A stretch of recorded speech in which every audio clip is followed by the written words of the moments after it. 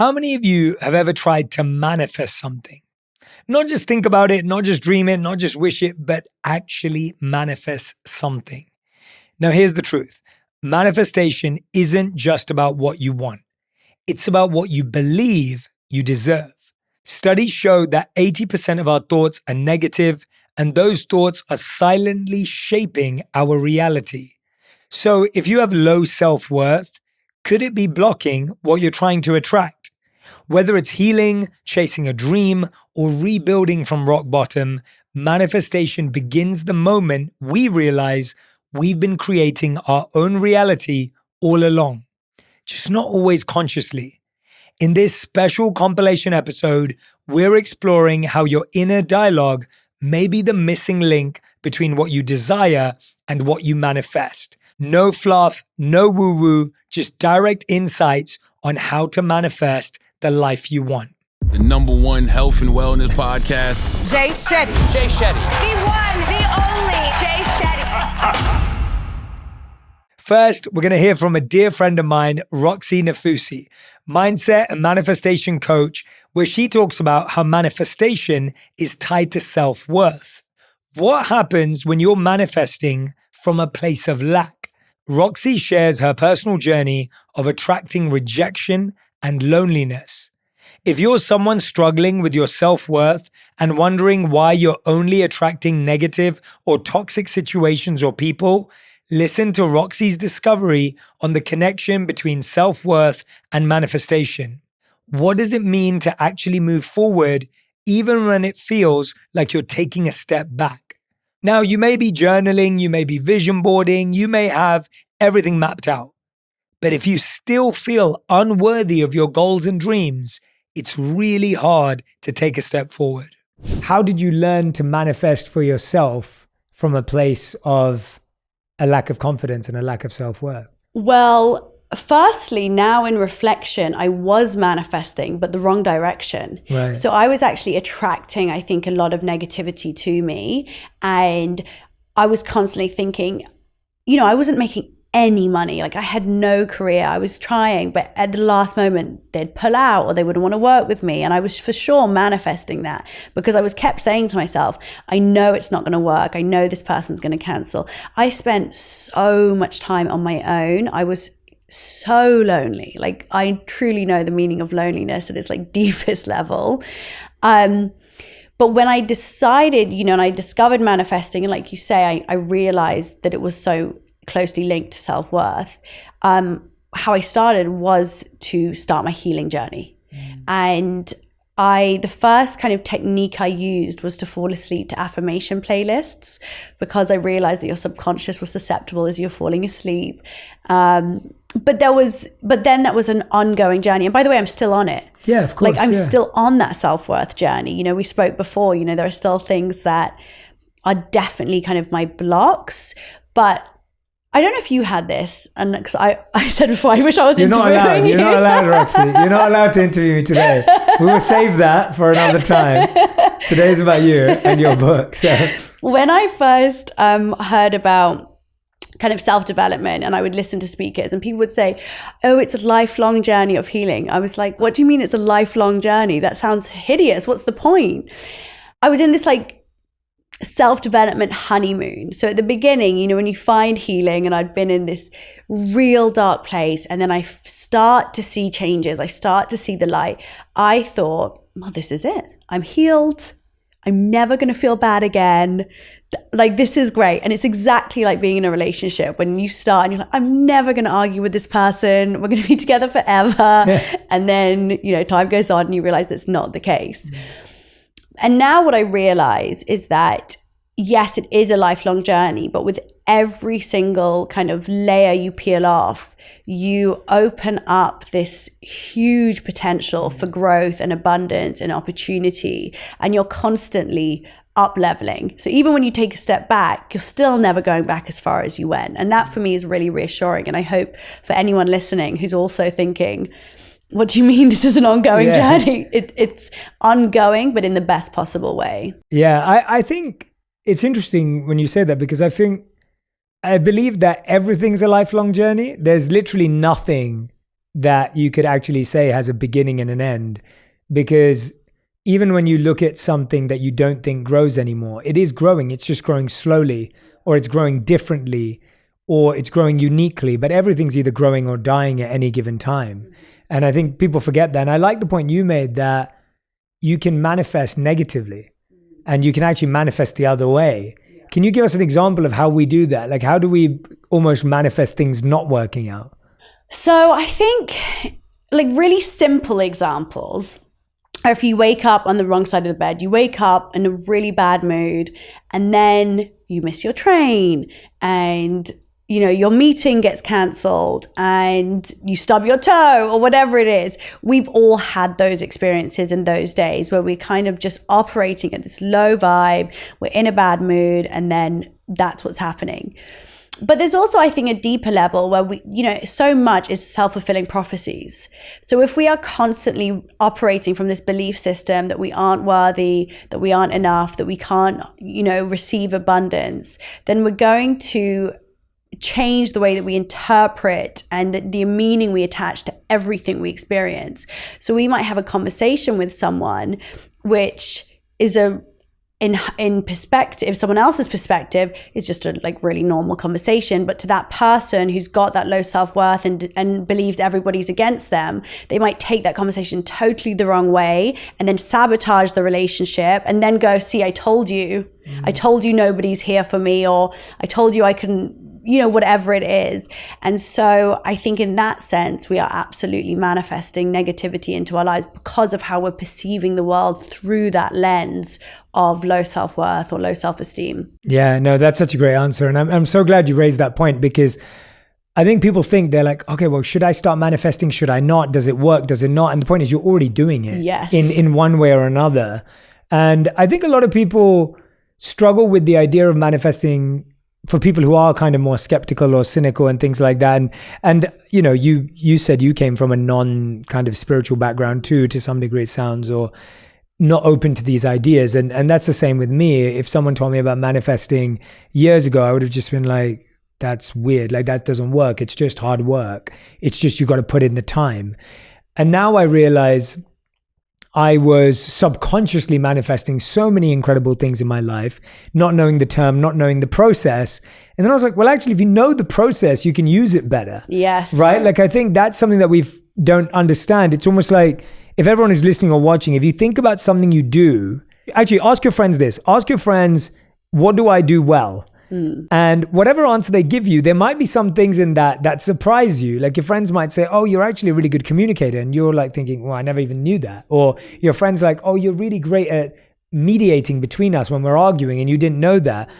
Often when you don't know you have a skill, you actually don't know how to use it well. And that's why I find with manifesting, whether you're using manifestation to create negativity in your life or positivity, knowing how it works makes sense. So how did you start to piece together your, principles of manifestation? How did you start to gather and say, this is an important part of the process?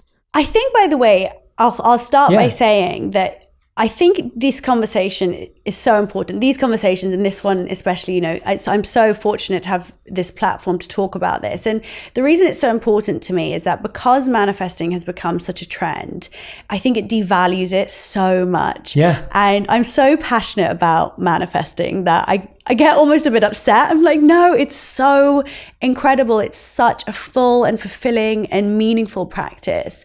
And within it, there is science and philosophy and wisdom. And I think it can get a bad rep, from these 30-second TikTok videos, which maybe just are giving so many misconceptions around it. But this really is it isn't woo, it isn't mystical. And actually my book in particular is for the skeptics. Mm-hmm. So anyone who's a skeptic, I challenge them to pick up the book and not feel better about their lives afterwards. But how I came up with the 7 steps is honestly a terrible story. I love it. That's great. That's awesome.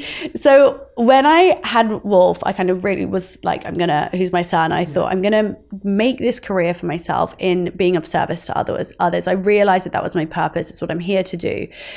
And so I did a workshop. I used to watch Brené Brown, and I just love her. And I saw her called Courage on Netflix. I was like, I want to do that. I want to be on stage. I want to inspire people. So I thought, I'm just going to host my first workshop.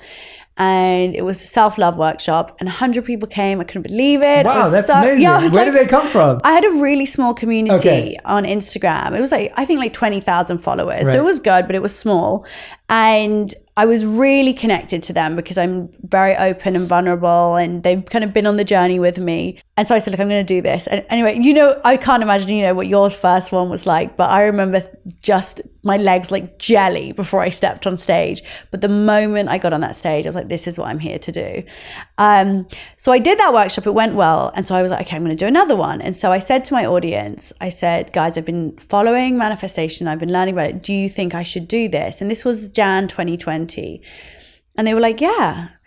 So I was like, now I have to do a workshop on manifestation. How am I going to explain this practice? There is so much to it.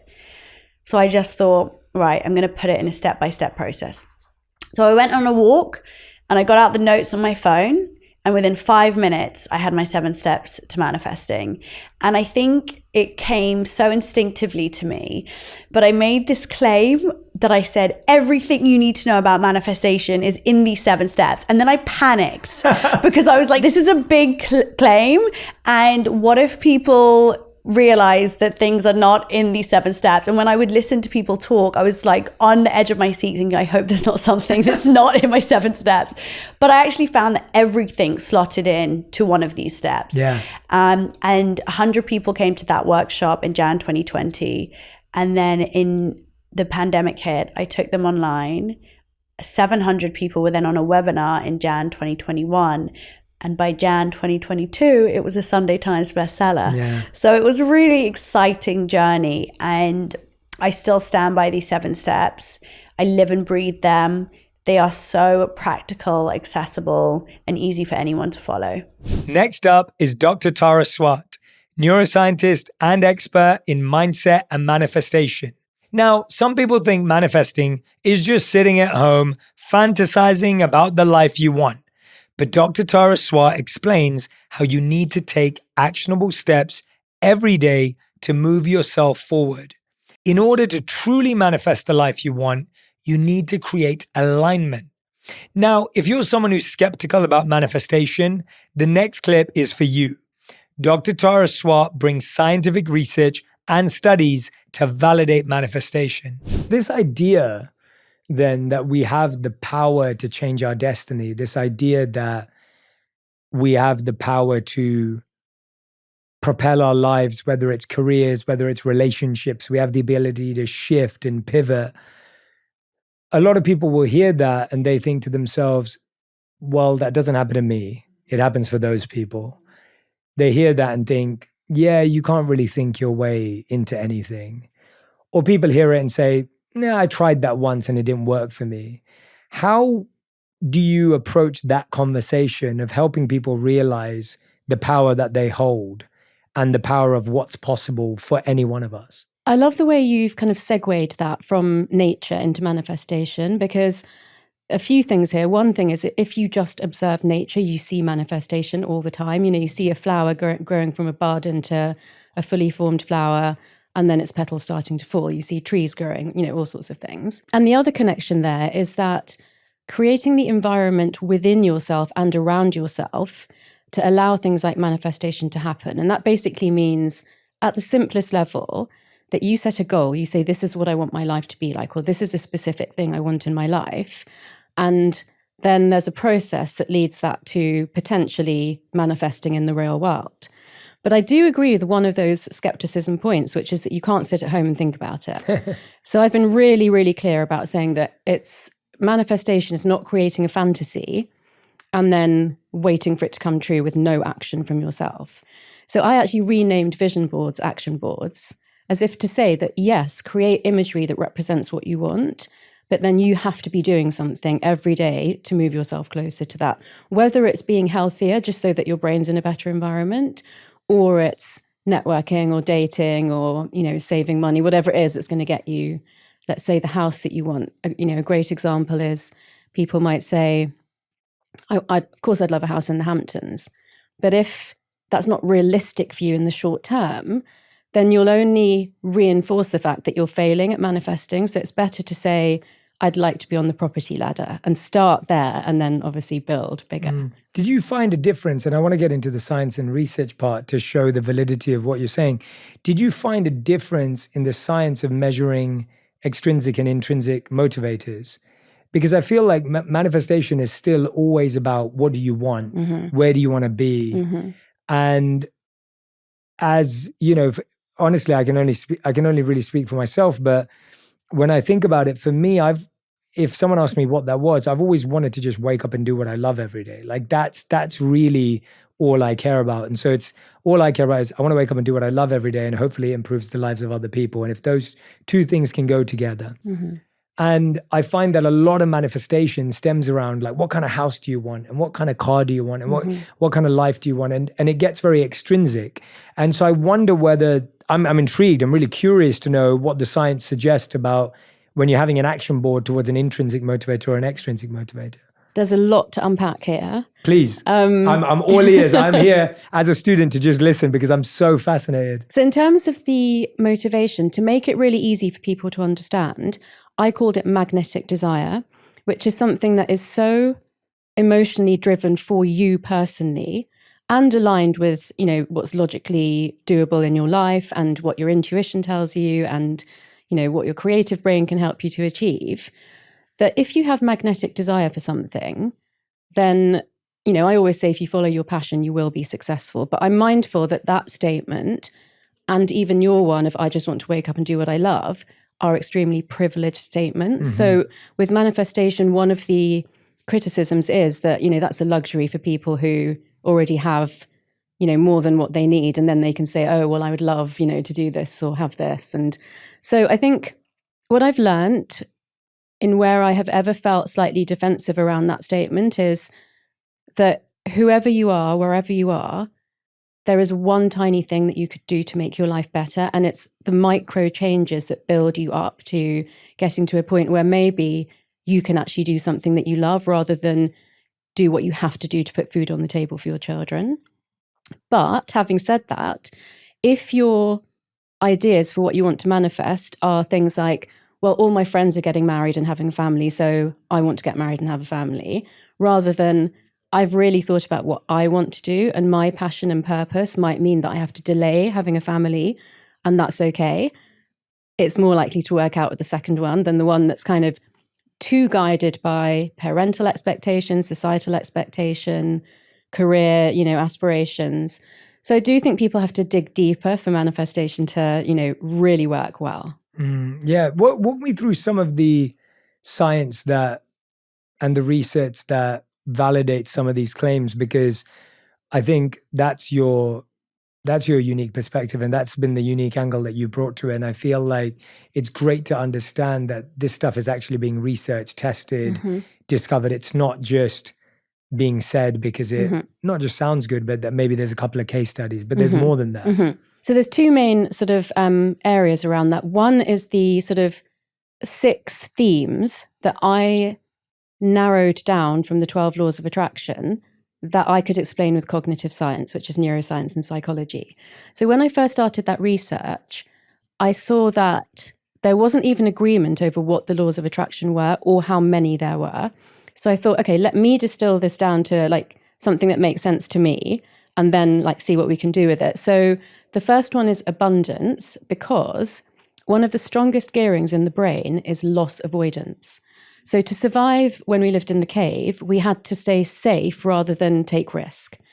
Now, for most of us who are lucky enough, you know, to live in the modern world and have basic safety around us, it's healthier for us to be willing to take risk. So you actually have to override that ancient wiring of the brain, which says, no, don't go and like, you know, fly to London and try to have meetings with lots of different people who may not want to meet you. Stay in LA because that's safer and you've got your community around you, and you've got a big network. So for you to say, well, I'm going to go to a new, I know it's not, it was your home, but in terms of like recent work, you know, kind of take a bit of a risk, take a week out there, you know, see who I can interview. That is you overriding that part of your brain that might say it would just be easier for me to stay in LA. So it's as simple as that. It can obviously be a lot harder than that as well, but it's understanding that your brain will do quite a lot to stop you from taking risk. It's 2.5 times as strongly wired to avoid risk as it is to gain reward. And say that part again. It's 2.5 times more strongly wired to avoid risk than it is to get a reward. Wow.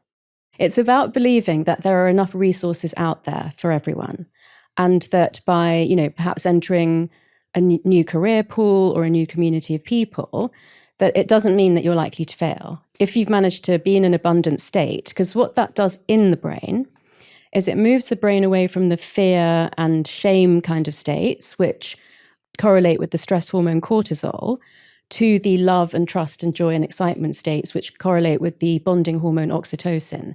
Now, when your brain is in that state, it's much more likely to take a healthy risk. It's much more likely to ask someone for a favor. We were talking about, asking each other for favors before. You wouldn't do that if you thought, well, don't ask Jay because he'll just shut you down.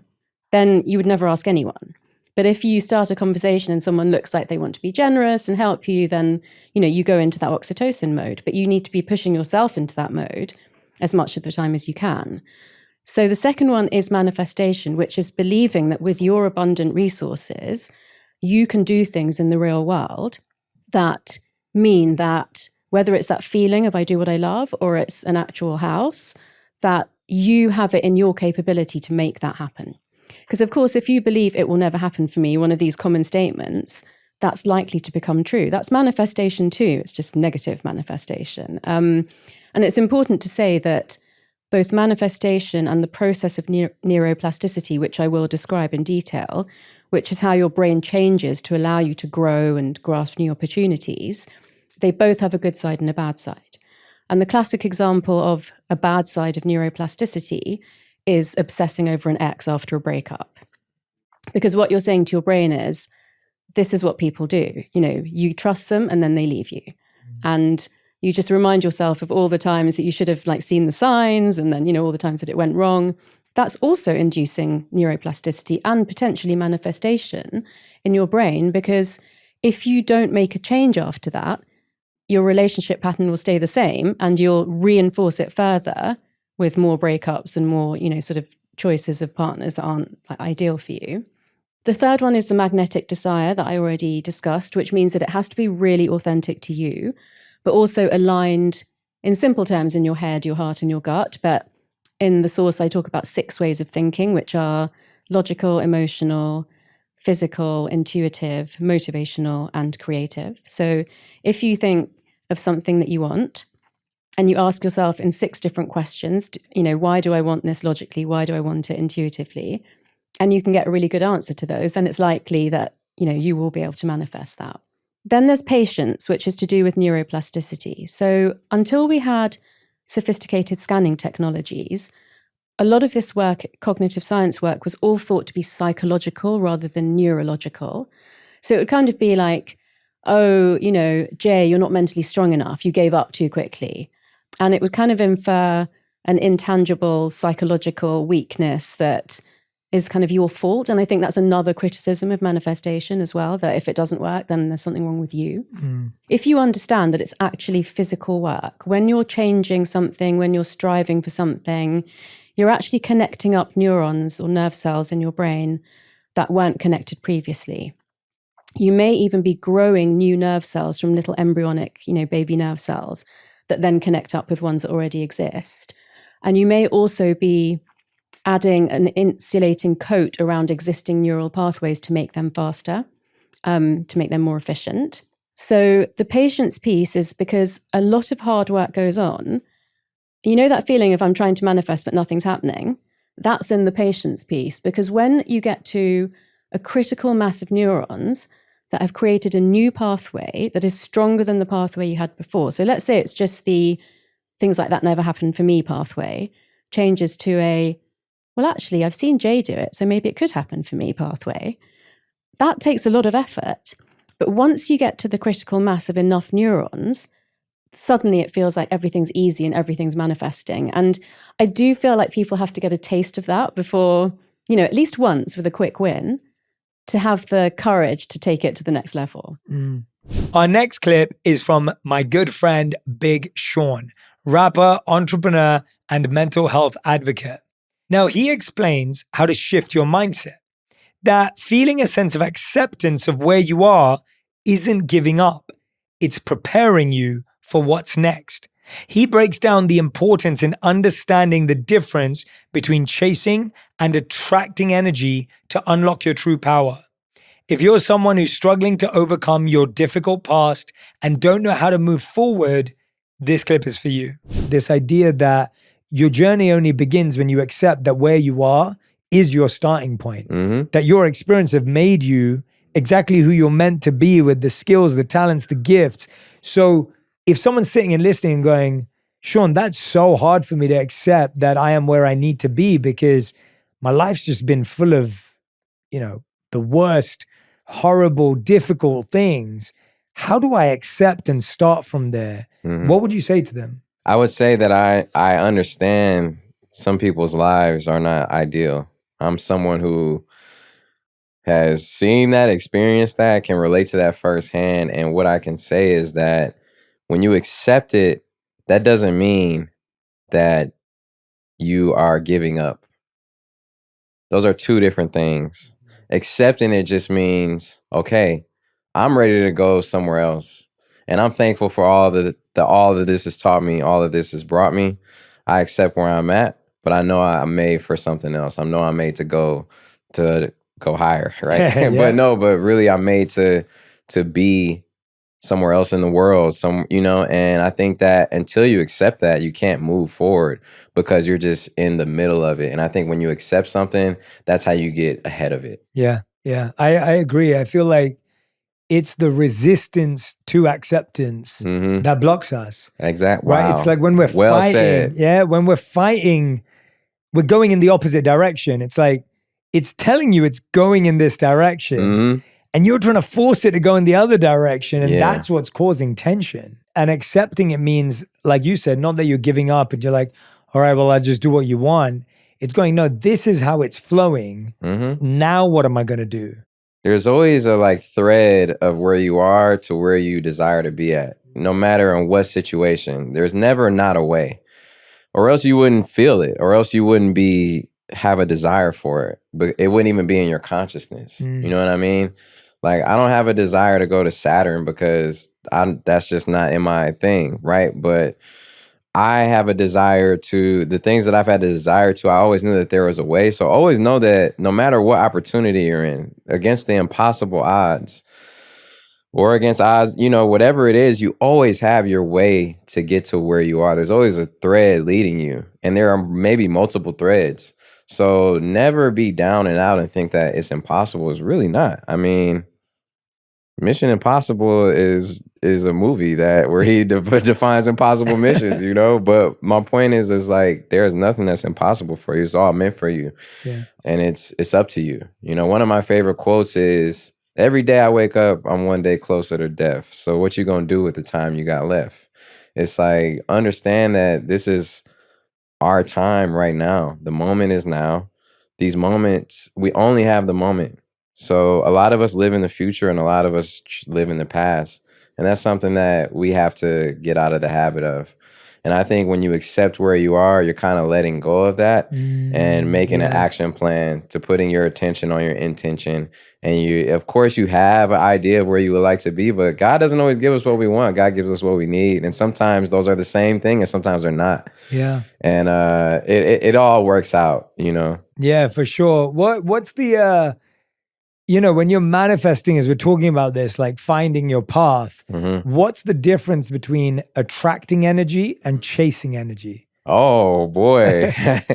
Attracting energy and chasing energy. Well, like I said, when you're chasing something, you're already implementing the energy of it running away from you. You know what I mean? And not to say you can't get it, but it's a lot of effort to chase something. It's like even police on a high-speed chase, it's like they might have to crash into other cars and they're chasing you. And when you attract something, it's you are using the powers that have been granted to you from God, universe, whatever you call it or believe in, of it magnetizing to you. And you have that power. It's been the power that's been, we use it on small levels every day. Even if you just set an intent, hey, today I need to take a shower. That's literally, you set a goal, you did it, it's done. You can do that on a scale of anything that happens. And some things may take a lot more time than others. So we have these ideas and expectations we set for ourselves, but that's on us. That's our ego sometimes. That's our wants and desires, and our minds sometimes getting the best of us. And I think that things do take time, but there's always a way. And, you can never count yourself out. What's been the most difficult thing you've ever had to accept? The most difficult thing that I've ever had to accept is that the things that I can't control. I used to let the things that I can't control me. Give me an example. Like how someone perceives your art. As an artist, like Erykah Badu says, we're emotional about our shit. I think she said something like that. Yeah. That never changes, but you can't control how someone perceives you. All you can do is first of all, to make something, to write something, to have an idea and it actualize it is like, that is really the win for real. I'm not just saying that, like, that is like, come on. You know what I mean? You literally manifested something. How people consume it, if you impact anyone, that's literally a bonus to it. That's why we do it, but that's you're literally changing the world. So that one thing I've had to accept is like, how people, like, I can't control what people think of me, their perceptions of me. And when I try and control that, it takes me off of my path that I'm on, of where I need to go. Yeah. So that is something hard, and you have to separate. Like I said, that power of separation of doing what you love to do and not tying it into how people perceive it. Yeah. Those are two separate things. Which is so hard. It is. It's so hard, isn't it? It is. And I loved what you said, that when you get fixated on what other people think of you, you're just getting distracted from your path. Of course. Because now you're placing energy on, and then you might even shift what you're doing to try and appease them, and then they still won't like it. And that's the craziest part, right? You do what you want and they don't like it. Yeah. And then you do what they want and they still don't like That's it. right. And then you don't know who you are anymore and no one likes it and you don't like it either. Yeah. And you end up not liking yourself, trying to get everyone else to like you. And that's where you don't want to be at. And that's where you don't want to be at. And then you're kind of like back to a square one position of like, okay, having to reestablish yourself. And, you got to be right with yourself first. So you nailed it right on the head, man. It's like, you can't really live your life for other people. I always say that's a business you'll never be successful at, is the business of trying to please everyone. And then when you do please everyone, it's like, are you pleasing yourself? It's a hard lesson as well for people. Next up is one of my best friends, Will Smith, award-winning actor, producer, rapper, and entrepreneur. And he talks about the double-edged sword of discipline and manifestation.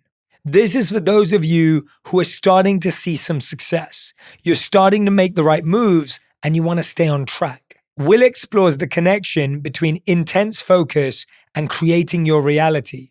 If you're someone who's using discipline to seek validation or prove something, that can be dangerous and ultimately serve no real purpose. Even with fame and success, a lack of inner grounding can leave you unfulfilled. If you're really wanting to use your discipline for real manifestation, this next clip explains the importance of building a strong spiritual foundation and why true manifestation comes from trust and faith, not force or pressure. Sometimes we feel momentum, but we're acting out of fear more than love and growth. When you look at the athletes, right? There's a certain extreme mindset that you have to take on. I don't know that you have to take it on. What I do know is that in this society, we worship that mindset that, it's the can you become Michael Jordan without that mindset? Yeah. you know? And that is a really powerful, difficult question. It's like most people can't sustain the mindset that, you know, fortunately, because it can be so destructive, but most people can't sustain that level of discipline to manifest the things that they want in their life. And there's a poisonous edge to that kind of discipline. And I've been to the edge of that kind of material world discipline in my mind. And I can tell you, you can have a whole lot of stuff and be miserable out there on that edge. And I found a much more comfortable and productive space in my life. And you still need that discipline. Yes. But it's like when you use that kind of power to achieve things, it's like there's a brutal reckoning. Yeah.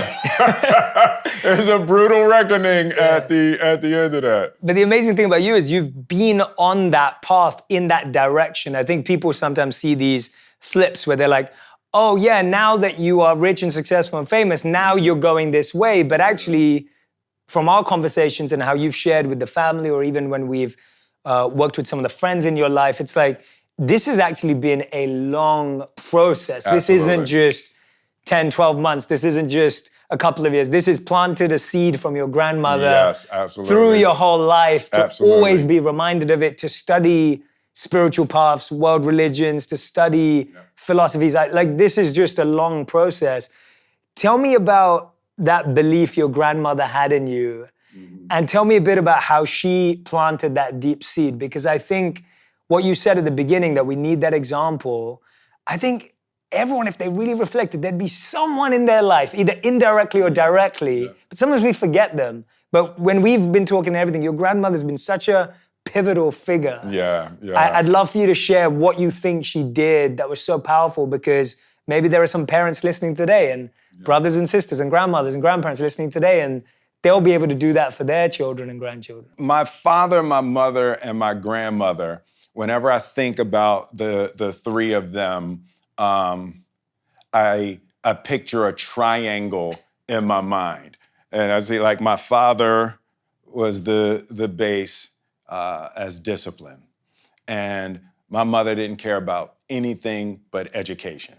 Like, that you had to learn, grow, study, travel. Like, my mother was really serious about educating the mind. And my grandmother was love and God. My grandmother was that grandmother at Rejection Baptist Church. And she had, we were doing our Easter recitations, and we was at the nativity, So she was that grandmother at the church, and her life was deeply devoted to God and Jesus in the form of loving service, right? So the form that it took was she was working hard to love everybody. I remember my grandmother bringing homeless people into our house when we were little and washing them in our bathtub. I thought that was the nastiest thing. I was like, But she would be in the bathroom with her hands washing homeless people, And as a child, it was like, no! But as I grew older, I just saw how dedicated and devoted she was to living her life in service. It took me 50 years to figure, to figure out what the secret of that was, but there was a day of her life that wasn't devoted to loving and serving, and I just watched her. She worked the graveyard shift at the hospital, and she watched us, my brothers and sisters, during the day while my parents were at work, you know, and then when my parents got off work, then she would take a little nap, and then she would go to work at the hospital, you know, and she was the happiest person that I had ever met. Nothing fazed her. She was okay. And I remember I was about 12 and I had started rapping. And, you know, so I had my rap books. I had all my little curse words and everything in my rap book. And she found my rap book, and she never said anything, and she just opened the cover and she wrote a letter to me. Dear Willard, truly intelligent people do not have to use words like this to express themselves. God has given you the gift of words. Be sure to use those words to uplift people. And I was sitting, I was reading that, and just love Gigi. Yeah. And, you know, that was part of the reason why I never used profanity in any of my music. Yeah. And it was like she missionized me in that way to make sure that what I was doing was uplifting others, you know. And when you're telling stories, you can always find the part of the story that is a gift for the potential upliftment of somebody that would see it. Now, I want to share a few takeaways with you. Manifestation isn't just about wishful thinking. It's about healing from what's holding you back. Whether you're just starting your self-worth journey or deep into it, every step counts, and it continues to be a process for the rest of your life. Remember, you're not behind. You're exactly where you need to be to create what's next. If this episode moved you, share it with someone who needs to hear they are worthy of the life they want. If you love this episode, you'll love my interview with Will Smith on owning your truth and unlocking the power of manifestation. Anybody who hasn't spoken to their parents or their brother, call them right now. Don't think you're gonna have a chance to call them tomorrow or next week. That opportunity with my father changed every relationship in my life.